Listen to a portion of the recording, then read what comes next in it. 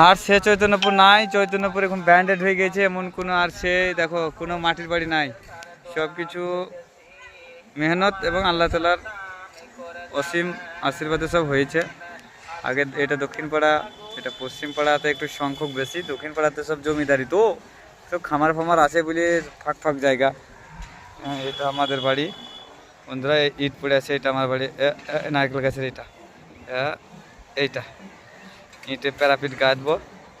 আর ওই পাশে যে তাল গাছটা দেখতে পেয়েছে, তাল গাছের ওই গো আঙুলটা, এই তাল গাছের এটাও মাঝের টিনের, ওইটা আমার পুরাতন বাড়ি টিনেরটা, ওই ওইটা ওই দোতলার পর যে তাল গাছের ওইটা, এইটা হচ্ছে আমার আরেকটা বাড়ি। আর ইটের এইটা নারকেল গাছে এই দোতলাটা। তো সো ফ্রেন্ডস, এটা আমাদের পাড়া, না থেকে খুব দূরে না।